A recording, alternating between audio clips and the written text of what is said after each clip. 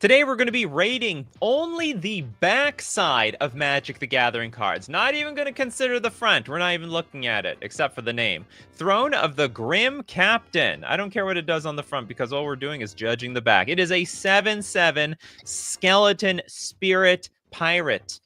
With Menace, Trample, Lifelink, Hexproof. Well, now I know where custom Magic the Gathering players get their inspiration. When the Grim Captain attacks, each opponent sacrifices a non-land permanent. Then you may put an exiled creature card used to craft the Grim Captain onto the battlefield under your control, tapped and attacking. It's broken! It's absolutely broken. This card's insane. So the card literally does everything people hate. You can't kill. It's got hexproof. It's got menace. It's got lifelink. You can't even chump block the damn thing. I guess it's just missing indestructible. Absolutely busted card.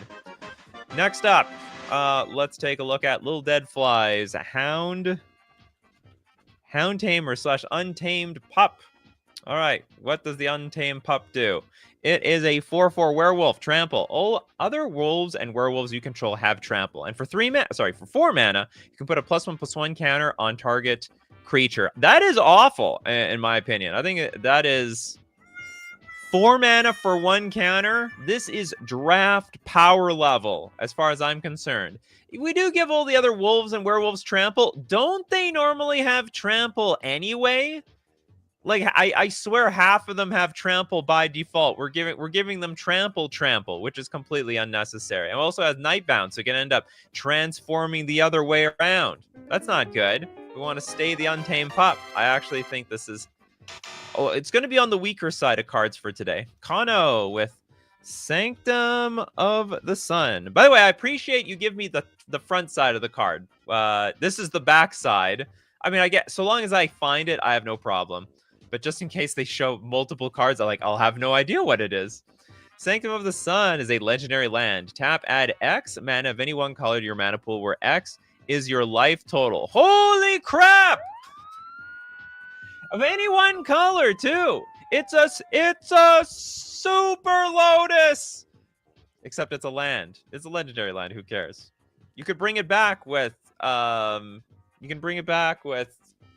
There's like a million cards. Ramunap Ruins. Not Ram. Is it Ramunap Ruins? Ramunap Excavator. That's what I was thinking of. The Excavator. Card's insane. Okay, here's an interesting one. We got Meme Bruley with Glasspool Mimic. Meme Bruley! Do you have any idea how bad this card is? This is the epitome of garbage. It is a land that enters the battlefield tapped and adds a blue mana. Now, I hear that islands are broken, but this is the... They're not that broken. This is worse than a basic land. It does the same thing as a basic land, but gets hit by all the non-basic land hate. And it comes at a battlefield tap. I mean, you're tempoing yourself out here. It's a strictly worse basic land. So absolute trash. Probably the worst card. No, sorry, it is not the worst. Maybe not the worst of all the cards, but it's pretty low. David Hauer with Flamethrower. Sonata. Didn't know there's a single flamethrower in this game. Okay, we have a 2-mana sorcery. Discard a card, then draw a card. When this discard a card, then draw a card. When you discard an instant or sorcery card this way, Flamethrower Sonata deals damage equal to that mana value to target creature or planeswalker you don't control. I would honestly think this is on like the sort of the poorer side. The big problem I have with cards like this is that it encourages you to play with really clunky stuff, and then like, what are you gonna do with it? So like, when you have your Flamethrower Sonata, oh, that's great, life is fantastic. But what if you don't have the Flamethrower Sonata and you have like a bunch of really expensive cards in your hand? It's like really hard to make this type of card work, in my opinion. I mean, there is a world where you're playing a Reanimator type deck and you need to discard those cards, so maybe there's a little bit of a home there. Maybe I'm underrating the card. Maybe I'm underrating it. Okay, well, let's go with Chest of Treasures with the Binding Blade. Binding Blade is a ridiculous 13/13 flying intimidate. It's got trample. And also, whenever a player loses the game, put 13 +1/+1 counters on the Wethingar Unbound. I would say you know what? But it doesn't have hexproof. It doesn't have indestructible. It's a little vulnerable on the battlefield. I mean, does it die to Fatal Push, technically? I guess not. I believe if I remember the rules correctly, it has the converted mana cost, the mana value of whatever the front side is. That's how the rules are, people. Okay, so it does have protection from Fatal Push, but it's not. I was supposed to say it's protection from Doomblade. Does not actually have. Sorry, it does have protection from Doomblade. You can't kill with Doomblade.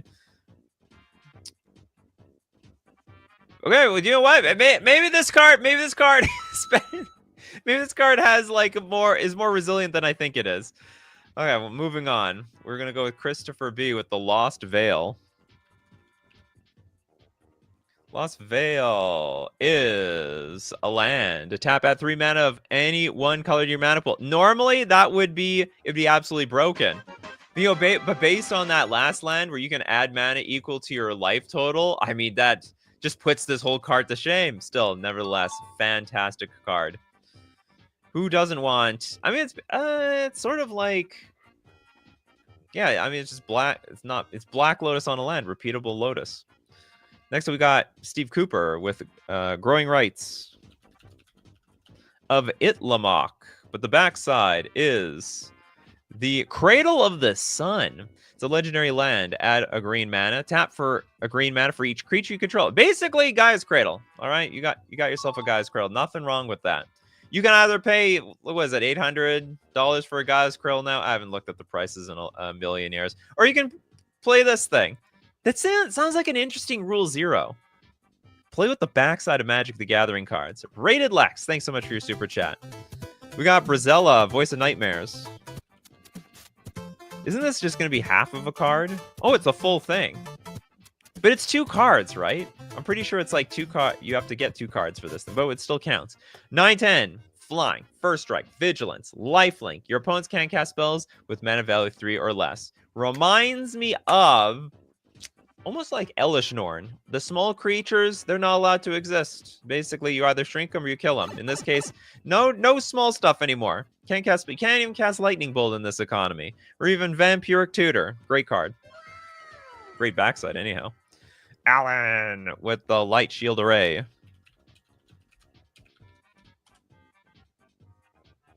What is on here? It's an enchantment. At the beginning of your end step, put a +1/+1 counter on each creature that attacked this turn. That's pretty worthless. I mean, that's at the end. I want it while I attack. I mean, after the battle's done, I mean, that's worthless to me. Sacrifice it. Creatures you control gain hexproof and indestructible until end of turn. That's not bad. But again, like if I attack, you make some good blocks. I have to sack this. I don't get this ability at the end. Beginning of your end step, put a creature, and they have to attack. I don't like the contradiction between the two of them. So I think it's a little awkward. This is an Akko Taco type of card. Okay, we go to Chen. Emmet Selch? Emmet Selch. It's on the backside of Emmet Selch here.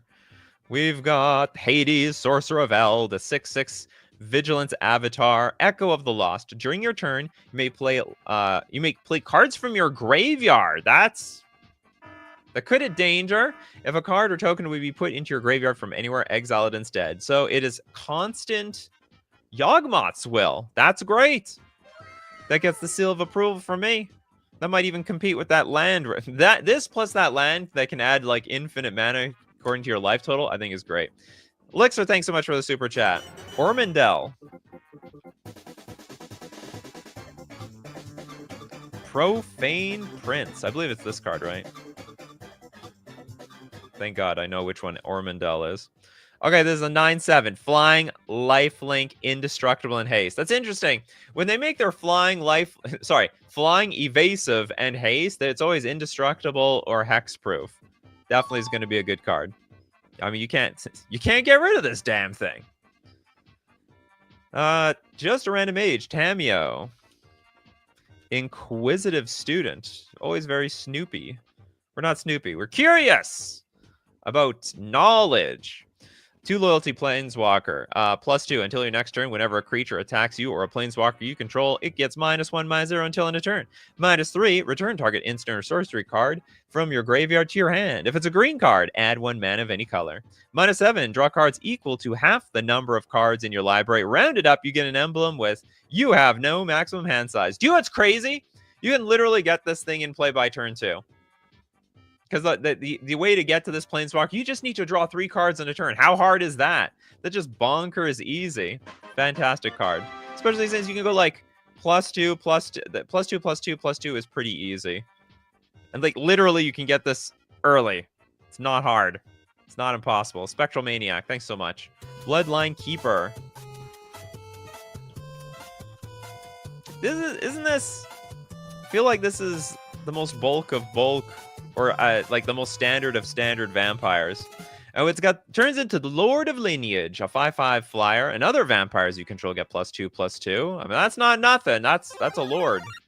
Tap, create a 2/2 black vampire creature token with flying, and also recruits. I would say, I mean, it's probably going to be on the lower end of the spectrum for today's show. It's basically, you know, that's great. It's a lord. Hopefully you're attacking for the kill this turn, because otherwise I think other decks are doing bigger and better things.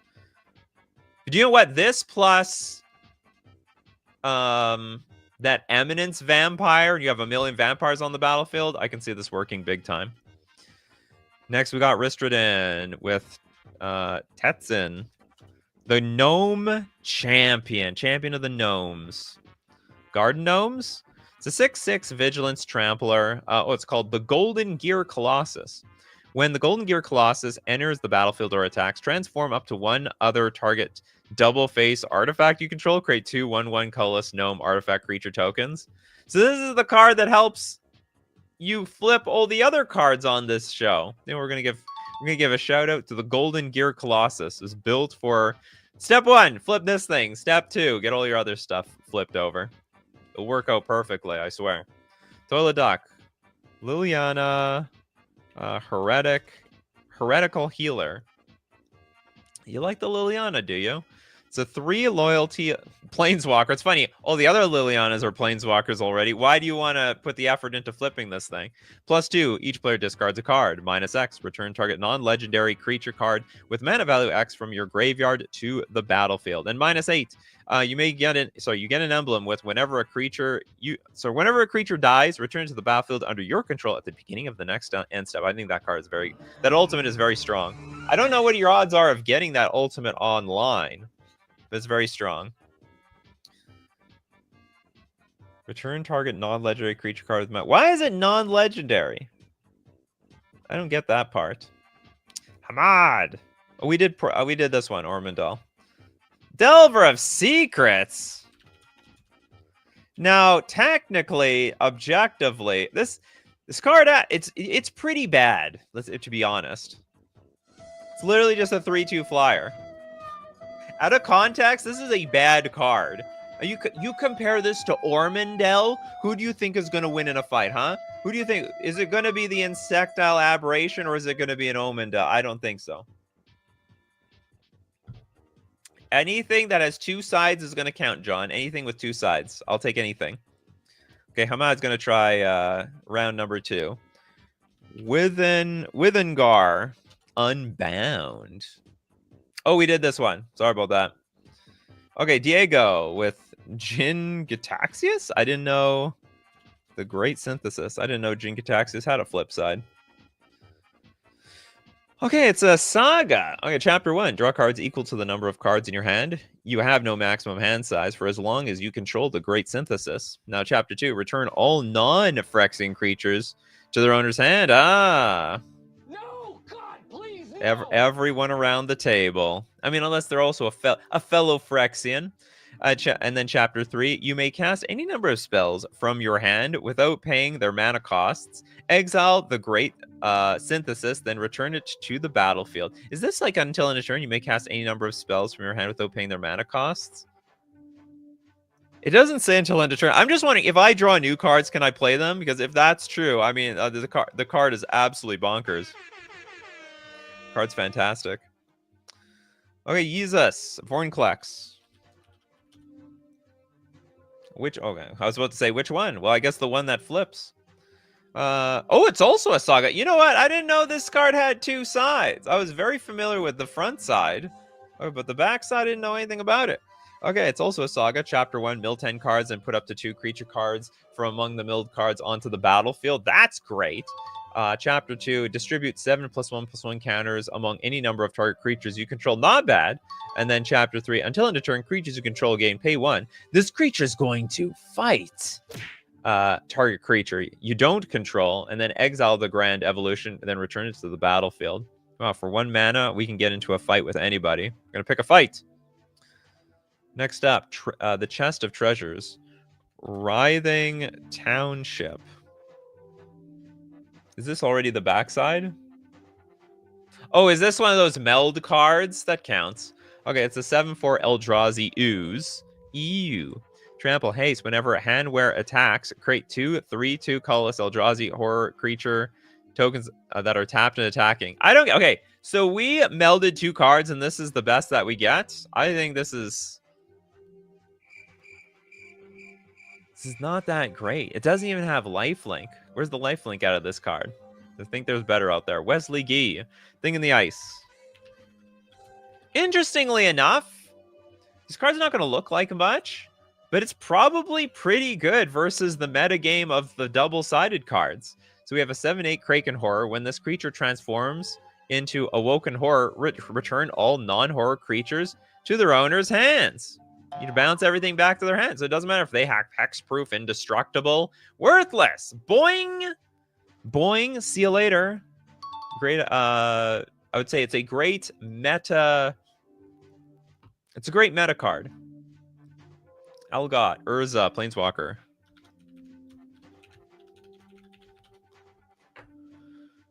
I think this card's broken. It has a lot of abilities. May activate the loyalty ability twice. Twice? What are you are you out of your mind? +2 artifact, instant, and sorcery spells you cast this turn cost 2 less to cast, and you gain 2 life. Draw 2 cards, then discard a card. I mean, it's just pure card advantage. 0. Create 2 1/1 color soldier artifact creature tokens. Honestly, that's not very exciting. -3. Exile target non-land permanent, and then -10. Artifacts and planeswalkers you control gain indestructible until end of turn. Then we are going to destroy all non-land permanents. But not my permanents. It's going to be yours. Next up, Summer Mermaid Star. Awaken the Blood Avatar. Get 2 abilities on that. That's crazy. Awaken the Blood Avatar, an 8-mana sorcery. As an additional cost to cast this spell, you may sacrifice any number of creatures. Oh, God. Spell costs 2 less to cast for each creature sacrificed this way. Each opponent sacrifices a creature. Create a 3/6 black and red avatar creature token with haste, and whenever this creature attacks, it deals 3 damage to each opponent. Not in love with this. I mean, you have to... I understand you can get it down for 2 mana. Each opponent's sex creature create a 3/6. If I got the 3/6 for each opponent that sacked a creature, I think that would be great. But we're only getting 1 creature. I don't think that's enough creatures out of me. It's not even a creature itself. It feels like a creature. ETB, make everyone sack stuff, I get something. I think the price is too high on this one. We got John. John's back in the super chat realm. Disciple of Frail Eyes.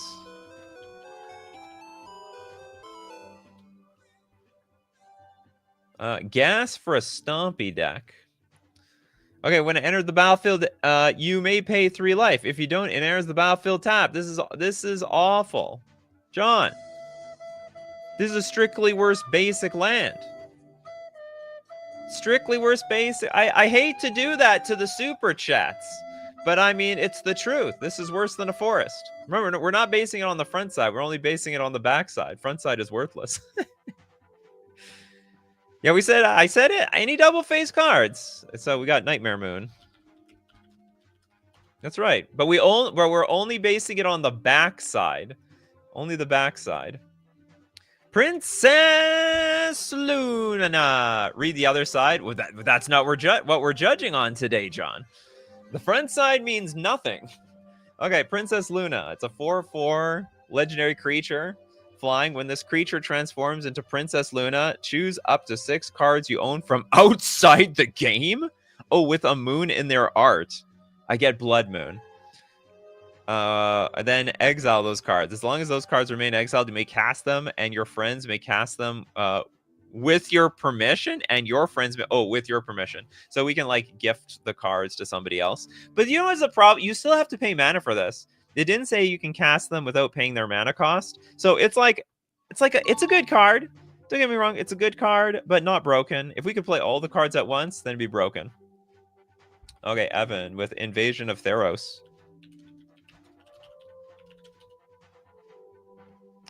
Invasion of Theros. 4/4. It's a god. Ephera. Oh, it's Ephera. Ever sheltering. And has lifelink and indestructible as long as you control at least 3 other enchantments. Challenge accepted. Whenever another enchantment enters the battlefield that you control, you draw a card. So this is basically isn't this just this Enchantress card for the most part? I guess this one has lifelink attached, but it just feels very. It's value. Not gonna lie, it's value. It's not the most broken thing in the world though. You could end up getting run over by a Ormandel or whatever.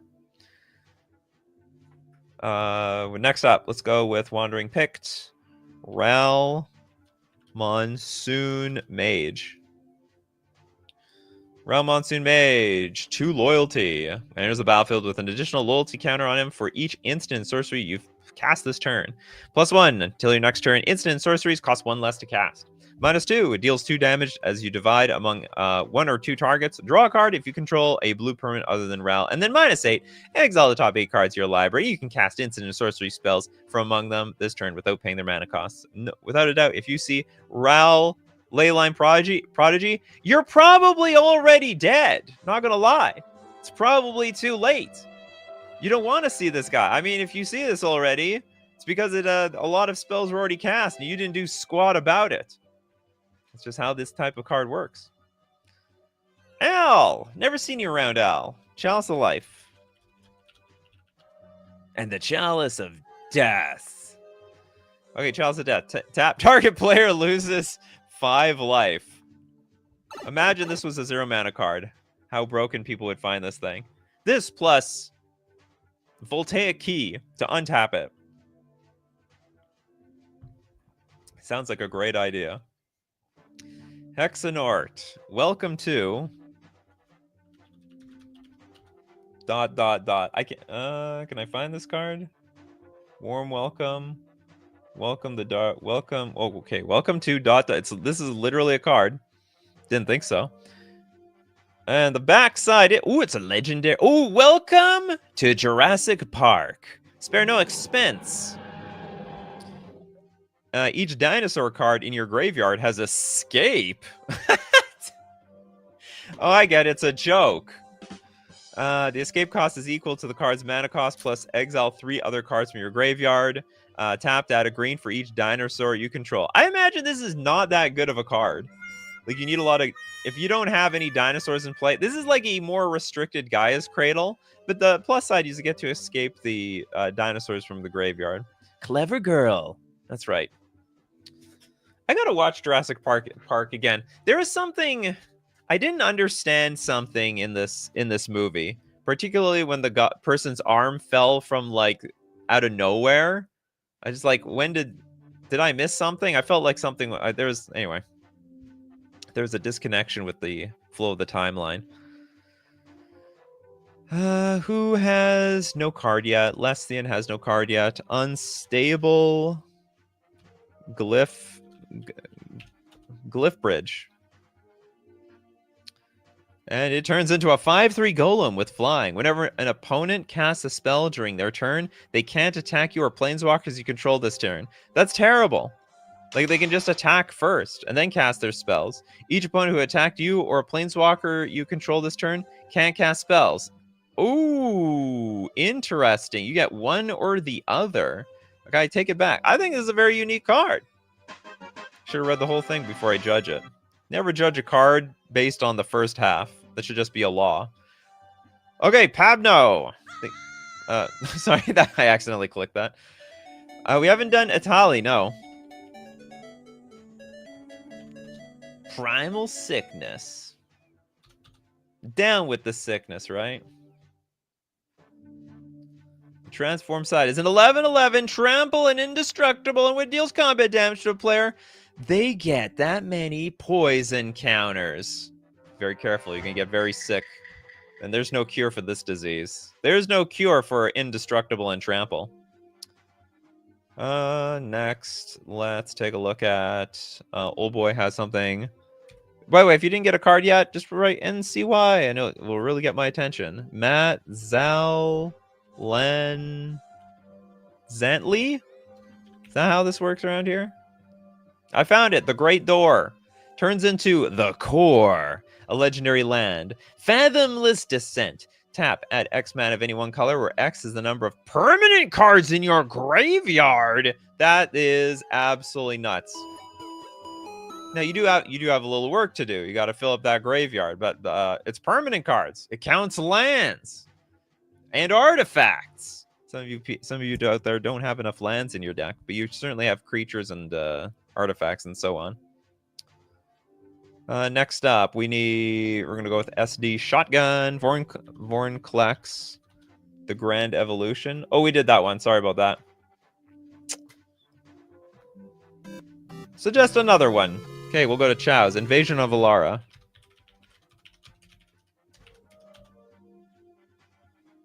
This one is Awaken the Maelstrom. It's a bunch of hands coming to grab and steal your wallet.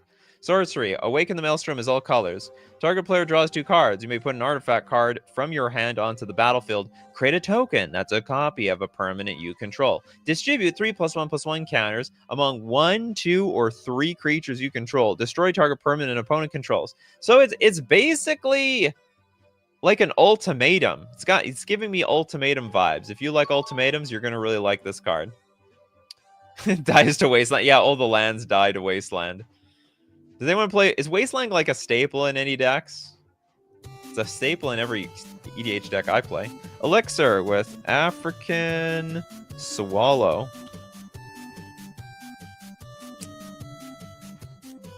Oh, it's a Birds of Paradise. I'm like, is Africa canon in Magic the Gathering? I got a little confused for a second. But does it have a double side?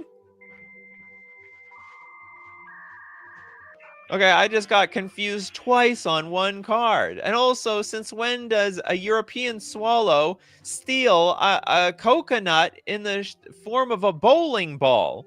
What is going on here? Anyway, they both fly and add 1 mana of any color. They both actually suck, to be honest, compared to everything else that we have today. It's literally a 0/1 creature that adds 1 mana.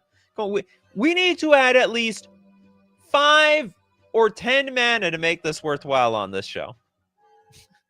What a weird card. Am I allowed? Is this tournament playable? It's literally the same damn thing. Anyway, I'm very confused, but maybe a judge could let me know. Okay, we're gonna look at more the backsides of Magic the Gathering cards, see how good or bad they are. But we gotta thank our sponsor today, FusionGamingOnline.com. You know where to get them double-sided Magic the Gathering cards. They have tons of inventory for all the most powerful cards in the multiverse. Rule 0, just the backside into your Magic the Gathering games, and of course, Ether Drift. Get your vehicles, get up to speed with Ether Drift by ordering them from FusionGamingOnline.com. Don't forget the weekly deal of the week. Save 20% off old deck boxes. Savings displayed in your cart. And if 20% isn't enough for you, well, guess what? Let's sweeten that deal with coupon code Nikachu to get 5% off all your purchases.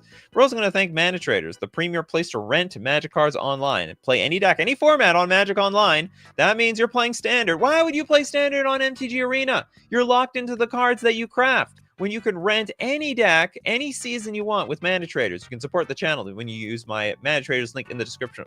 Mana Traders link in the description below, or save 40% cash back on your 3rd month subscription using coupon code Nikachu_BKS.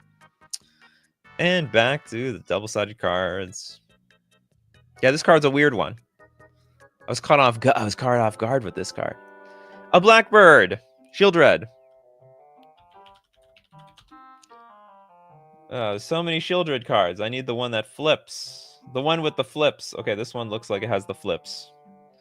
And it transforms into the True Scriptures. Chapter 1. For each opponent, disrupt one target creature or planeswalker that player controls. Then Chapter 2. Each opponent discards 3 cards, then mills 3 cards. I have a feeling they probably don't have so many cards in their hand by the time this thing flips. And then Chapter 3. Put all cards...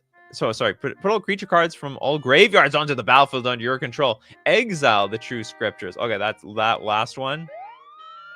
If you're stealing all the creatures, it's broken. Not only that, it flips back into its Shieldred size. You do actually get 2 cards in 1 with this card, which is not bad. We did Thing in the Ice. Sorry about that, Dustin. We did do Thing in the Ice. Okay, Trapped Cosmos. What do you got here? You've got kind of not double-sided, but honorable mention to Where What? Huh? Where What?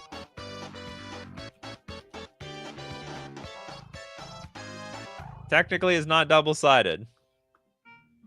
We're going to donate. We're going to donate your card. Who are we going to donate to? Benjamin Berkeley. Nicol Bolas the Ravager. Just out of curiosity, this is how, if you do, that card becomes this creature's back face, and the back face... Oh, weird. Enters the battlefield, you may exile a creature card from your graveyard or your hand. If you do, that card becomes this creature's back face. It actually has some synergy with the front and back-sided cards. Nicol Bolas, but the backside, where it becomes Ultimate Bolas. 7 loyalty, +2, draw 2 cards. -3, Nicol Bolas, the Arisen... deals 10 damage to target creature or planeswalker. -4, put target creature or planeswalker card from your graveyard onto the battlefield under your control. And then -12 is exile all but the bottom card of target player's library. I don't know what to say about this card. It's absolutely pure evil. It's really, really strong. Think of a really strong card. Nicol Bolas probably beats it. Or beats you, I should say. How hard does it get to -12? You still have to wait 3 turns. SD Shotgun. Journey to Eternity. The backside is Atzal, Cave of Eternity. A legendary land. To tap, add 1 mana of any color to your mana pool. Only 1 color? In this economy, we need to do better than that. 5 mana, tap, return target creature card from your graveyard to the battlefield. It's not bad. It's not. It's under normal circumstances, it's pretty good. Under today's circumstances, it's actually quite underwhelming.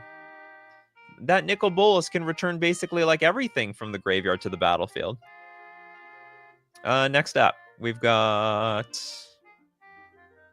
Don't know if we got one from Murphy's Law. Cecil, Dark Knight.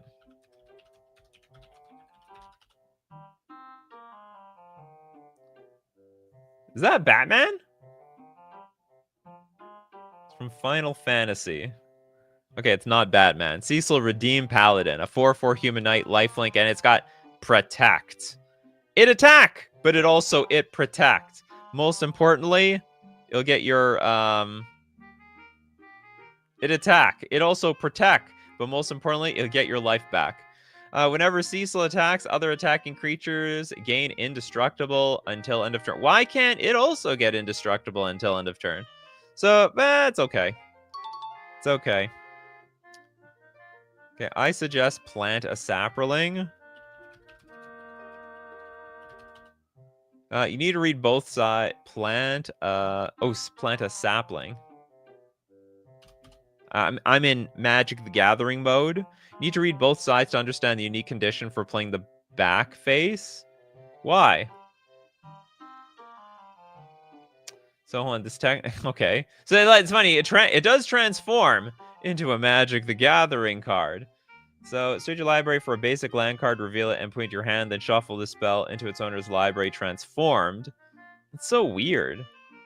Fully grown reveal it and put it into your hand, then shuffle the spell into its owner's library transformed. For playtest purposes, put it into its sleeve upside down.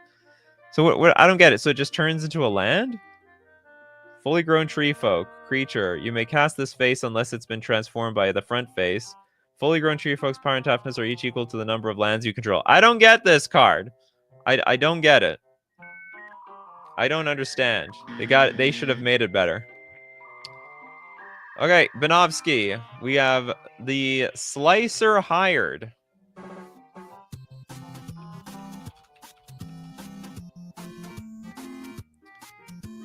Oh yes, this one. It's a 3/2 living metal. First strike haste. Whenever Slicer deals combat damage to a player, convert it at end of combat. Honestly, like basically is never this card. It just immediately turns into this thing. Like if you make it doesn't even stay around here that long. So it's as long as it's your turn, this vehicle is also a creature. It's like a vehicle just for flavor for the most part. Because if it was what's it called? If it was an actual vehicle, then you would have to crew the damn thing. It doesn't even have crew. Weird. It feels strange for a vehicle. Just always a creature. Next up. I feel like I've seen the Dario with the Enigma Jewel. I should say, because it literally says you get to convert it, you at least get... So what is this side? Double strike haste. At the beginning of each opponent's upkeep, you may have that player gain control of Slicer until end of turn. If you do, untap Slicer and goad it.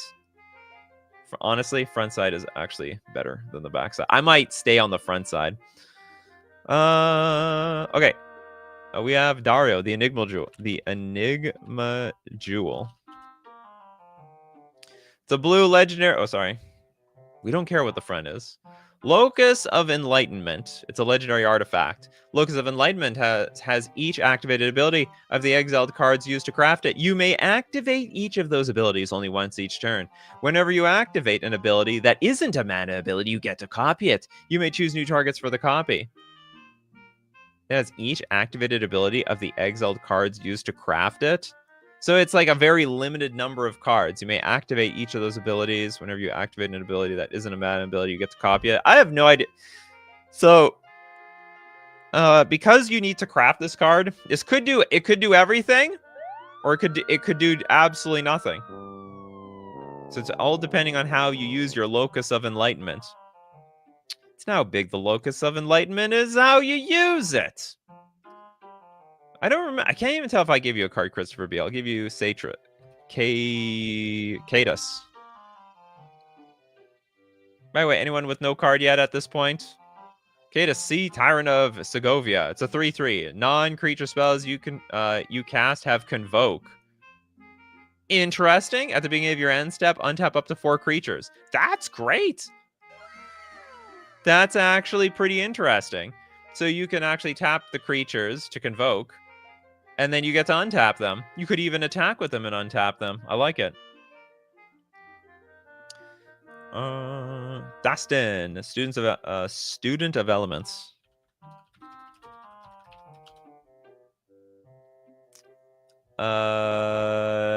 Technically not a double. We're looking at the back side, not the other side. So actually, this card gets disqualified.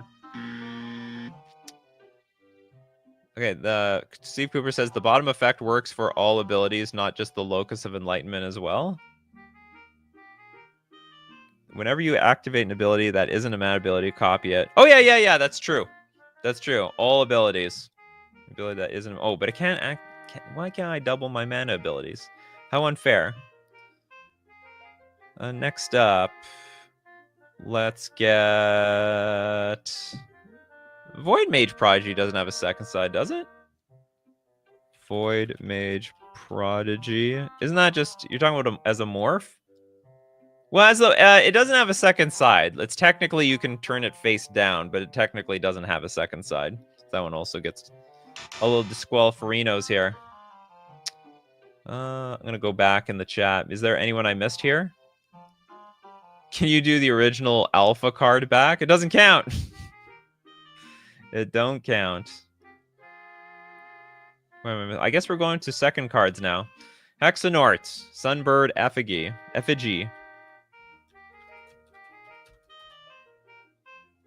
Sunbird Effigy is an artifact for 3 mana. Tap, add 1 mana of any color. Craft with 1 or more. Oops, why am I reading the front side? Only the back side. Okay, Star. Flying, Vigilance, and Haste. Sunbird Effigy's power and toughness are each equal to the number of colors among the exiled cards used to craft it. And then tap for each color among the exiled cards used to craft Sunbird Effigy. Add 1 mana of that color. So you could tap technically for 5 mana at best, which is not bad. Although I would say a 5/5 Flying, Vigilance, Haste, not the most amazing card. Probably better out there. Oh, look, here comes the no 2 card yet crowd. Everyone's coming out with their new card yet. Okay, Kano. Primal Amulet.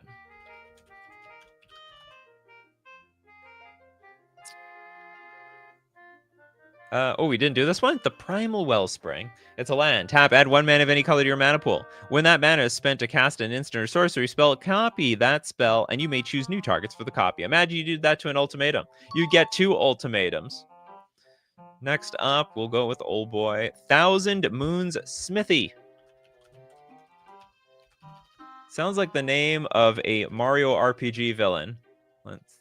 Thousand Moons. A lot of moons out there. Okay, it's a legendary artifact land called the Barracks of the Thousand. It's some sort of temple. Tap, add a white. Whenever you cast an artifact or creature spell using the mana produced by the Barracks of the Thousand, create a white gnome soldier artifact creature token with this creature's power and toughness are each equal to the number of artifacts and or creatures you control. Unfortunately, very weak. Very weak for this show. Sure, it's great outside the show, but very weak on this show. Benjamin Berkeley, Wandering Archaic?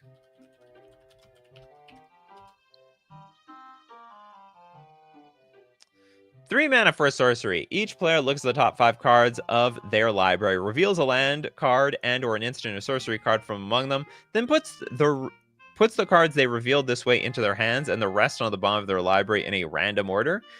Each player gains 3 life. Wow, you're so friendly. So friendly, Benjamin Berkeley. Just giving them cards away to everybody. Each player gets a card. Okay, it's a good group hug card for the people who like to group hug around. Hamad with Heliod of the Warped. Sorry, Heliod the Warped.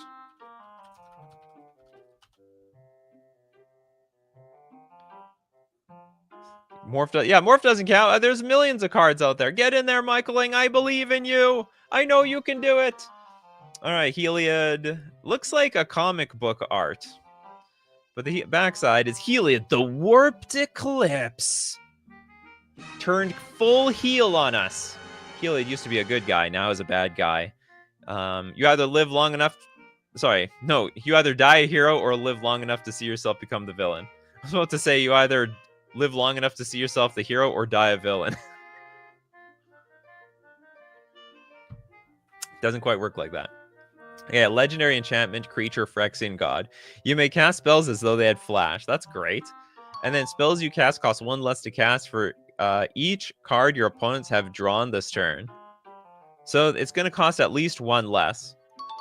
I don't know. In the right deck, this will be great. Okay, Duke Firebird with Lord of Lineage. Great for the Vampire Kindred. Oh, I think we did this one. Lord of Lineage. Sorry, we did that one, Duke. Give me another one. I believe in you, Duke. There's plenty of double-sided cards. I didn't get through all of them. Pabno with Zilortha. Apex of Ikoria. Oh, this one. I'm assuming it's this one. It's a dino. It's an 8/8 dino. It's got reach. And you know what? That makes sense. Look at that art. Literally a head reaching into outer space. Why wouldn't it? Anyway, for each non-human creature you control, you may have that creature assigned its combat damage as though it weren't blocked. So it doesn't matter. Not each non-human creature you control. So it's basically you block, and I'm gonna shoot you in the face anyway. Basically, artificial trample to some degree. Okay, Trent Sims claims just got here. Mishra lost to Phyrexia. I don't think we did this one. Oh, this whole thing. Okay, well, it's probably broken. It's a 9/9 Phyrexian Artificer. When Mishra lost to Phyrexia enters the battlefield or attacks, choose 3. Target opponent discards 2 cards. I get to choose 3, so you just basically lose your hand. Mishra deals 3 damage to any target. That's like 9 damage. Destroy target artifact or planeswalker. That's insane. Creatures you control gain menace and trample until end of turn. Creatures you don't control get +1/+1 until end of turn, and create 2 tapped Power Stone tokens. And it's a 9/9. This is just wild. Might be too strong, in fact. Too strong for this world. It looks like Diego wants to get a little credit for this one too. We're gonna throw in some credit in there. Next up, Lesthian with Brass Tunnel Grinder.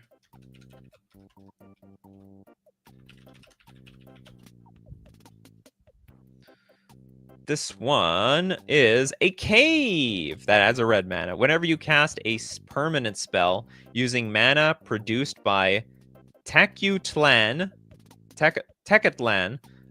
the Searing Rift, discover X, where X is that spell's mana value.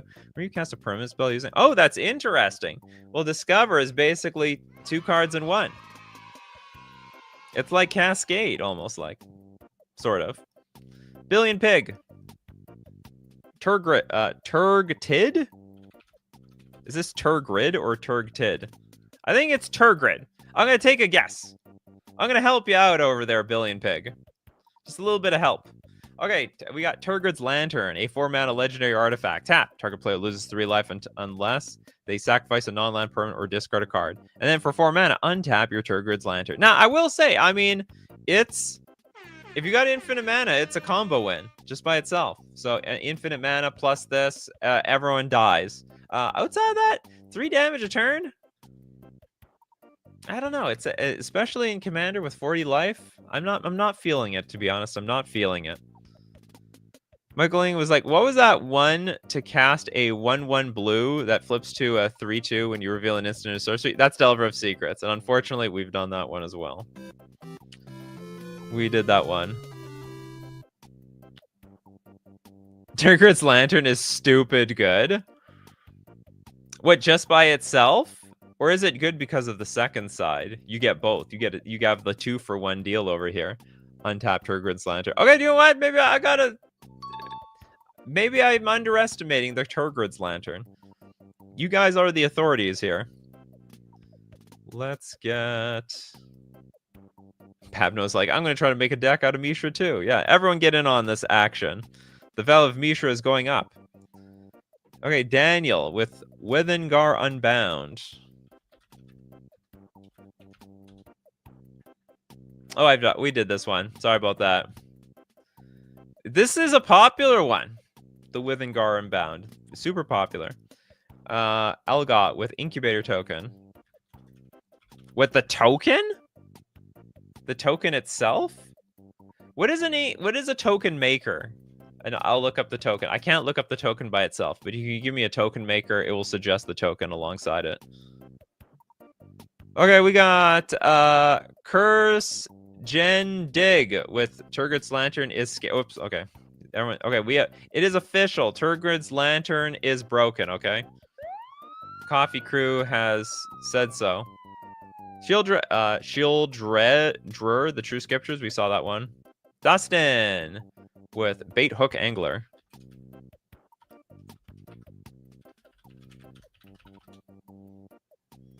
We're gonna spend... I'm not spelling this one right at all. There we go. I found it. We got a 1/2. It's a spirit flying. If the hook, Daunt Drifter would be put into a graveyard from anywhere, exile it instead. Wow, this is awful. We literally have a 1/2 with flying. It's not even allowed to go to the graveyard. If it dies, it's gone for forever.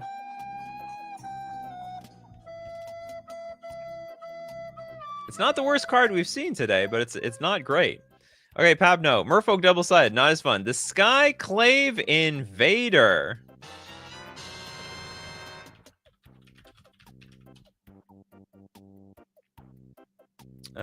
Oh, this one. Or do I know this one? Okay, let's look at the other side. Oh yeah, I think I know this one. Yeah, it's a 2/4 flyer. When this creature transforms into Skyclave Invader, look at the top card of your library. If it's a land card, you can put it onto the battlefield. And then if you don't put the card onto the battlefield, you get to put it into your hand. So it's like reverse explore. The lands go directly into play, not your hand, and the cards directly into your hand, not the graveyard.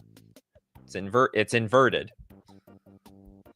Okay, Michael now just remembered. The Delver of Secrets. I'm out of cards that have a flip side. Oh my god. You don't know any more flip cards? You could choose...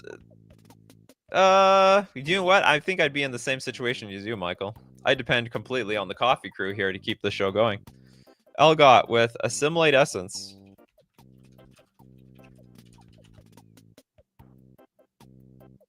Does not flip over. Oh, no, but it got the incubator token. Okay, this is about incubator token. All right, we got incubator token. It is a 2-mana transform this artifact, but the backside is this in all of its glory. I don't even remember how it works. Oh, it's like, is it like an army? And the more incubator tokens you have, the bigger it gets? I don't remember how it works. Doesn't even explain it on the card. Reading the card doesn't explain the card in this case. Does the front side explain? No, it doesn't say squat. What a terrible token. You telling me I literally need to know the rules of Magic the Gathering to make this work? Chetty VT with Fell the Profane.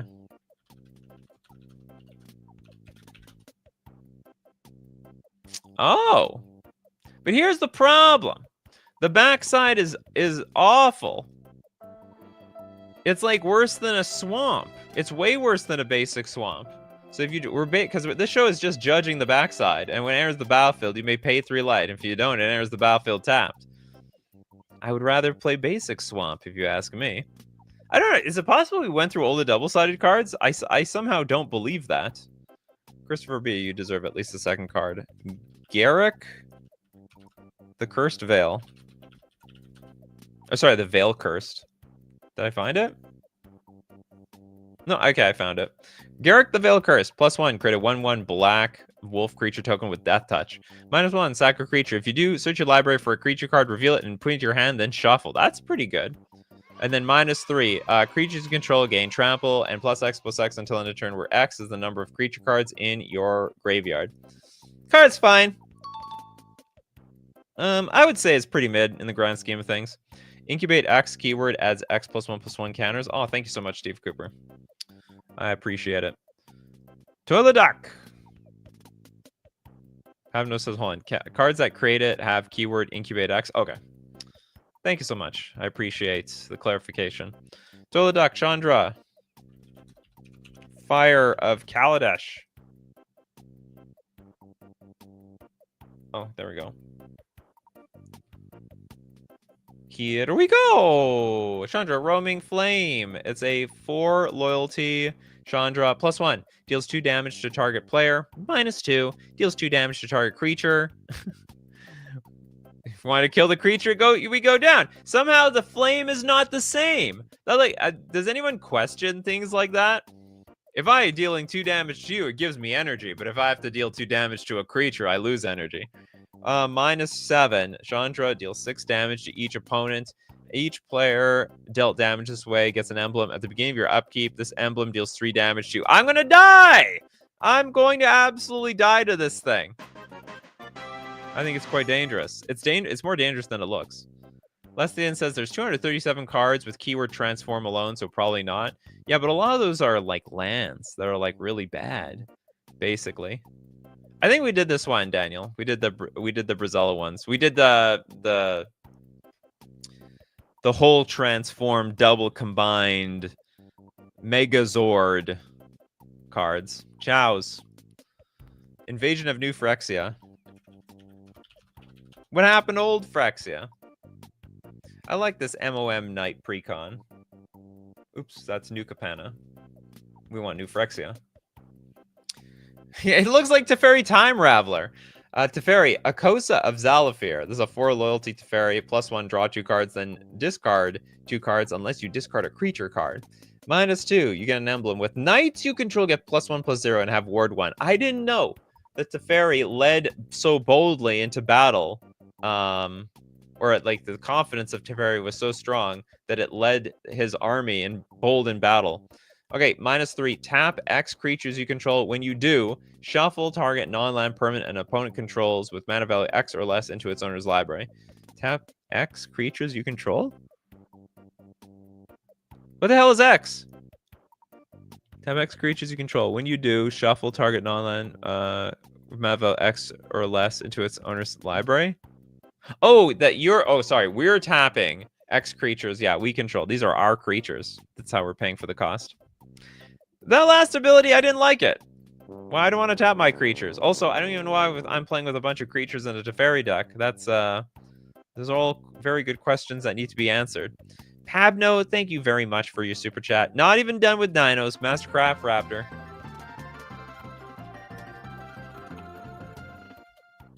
They're so smart, they can open doors. They can probably flush the toilet, too. Mastercraft Raptor is a star 4 dinosaur, and its power is equal to the total power of the exiled cards used to craft it. So what you're saying is going to be small. It's going to be a small dinosaur. For always. Doesn't say untap creatures on that last ability. Really? So I can tap my tap creatures. That feels against the spirit of the game. Yeah, it doesn't say tap X untap creatures. That's just weird, if that's true. Strange if true, but it looks like it is.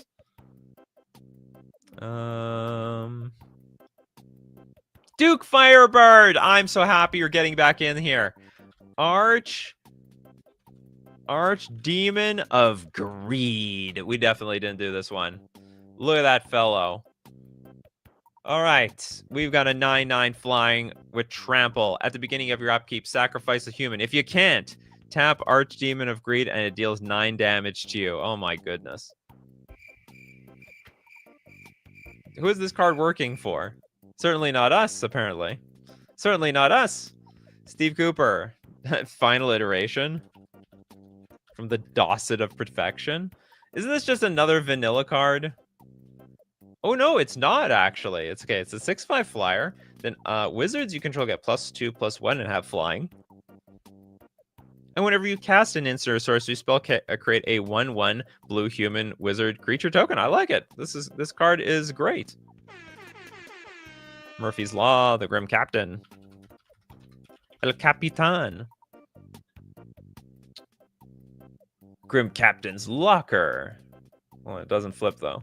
Throne of the Grim Captain into the Grim Captain. Oh, we did this one. Sorry about that. We've done this card before. Z-Man Vader, Black's Vexing Pest. It's a giant bug. 4 mana for a sorcery. Look at the top 5 cards of your library. You may put any number of them into your hand and the rest into your graveyard. You lose 3 life for each card put into your hand this way. That sounds awful. It's like a bad Sylvan library, effectively. Terrible Sylvan library. What happened to the old Frix is that Urza blew up using a magical nuke called the Golgothian Kulex. Okay, that's what happened to it. What is a Blex? You know, there are so many things in Magic the Gathering we just completely ignore and we just assume everything is fine. We just go with the flow. We don't question anything in the story or the name or whatnot. Total Duck, Arlen Pack. Okay, Arlen the Pax Hope. I have a feeling you're a werewolf player, Toilet Duck. You know, I'm just taking a random guess that is the case. Okay, Arlen the Moon's Fury. What happened to all your clothes, Arlen? You're going to get arrested for indecent exposure when the clothes come back. It's like that's the case with all the werewolves. They should wear more stretchy clothing, like spandex. Okay, 4 loyalty, +2, add 2 mana, 0. Until end of turn, Arlen, the Moon's Fury, becomes a 5/5 werewolf creature with trample, indestructible, and haste. I like it. It's not bad. You can attack with your thing. Also adds a lot of mana. Oh, Valky. How did we not do that? You know what, Murphy? I think this is one of those cards people didn't want to mention. Didn't want to mention because they just assumed it was already done already. No, this card's a banger. 5 loyalty. When it enters the battlefield, you get an emblem with you may play cards exiled with Tibalt, Cosmic Imposter, and you may spend mana as though it were mana of any color to cast those spells. Also +2, exile the top card of each player's library. -3, exile target artifact or creature. And remember, you're exiling cards from your opponent's deck. You're exiling their creatures. You can cast them. And then -8, exile old cards from all graveyards and add 3 mana to your mana pool. All right, cool. I think this is a good card to end the show on. I think it's fantastic. As usual, my coffee crew. Gotta be here 3 p.m. Central Standard Time. Be there or be square. Thanks to everyone who supports the show. If you're a patron on Patreon, a member on YouTube, or you super chat to be part of the show, or even super chat so other people are part of the show. And of course, thank you. Thank you so much to my coffee crew being here today. People like Algot. We got Jacob. We have Old Boy, Jess, Pabno, Diego, Christopher B, Murphy's Law, Kano, Benjamin Berkeley, Old Boy, Haxanor, Isis, Steve Cooper, Chows, but not Botnovsky. You're here the entire time. I didn't know. Christopher B, Daniel, sorry, I think I said Pabno already, and Duke Firebird, and Lestian. Because as usual, my coffee crew, I'm nothing without all of you, so keep brewing them coffees so we can keep brewing up the magic. Take care of yourselves, and I will see you, of course, at the next cup.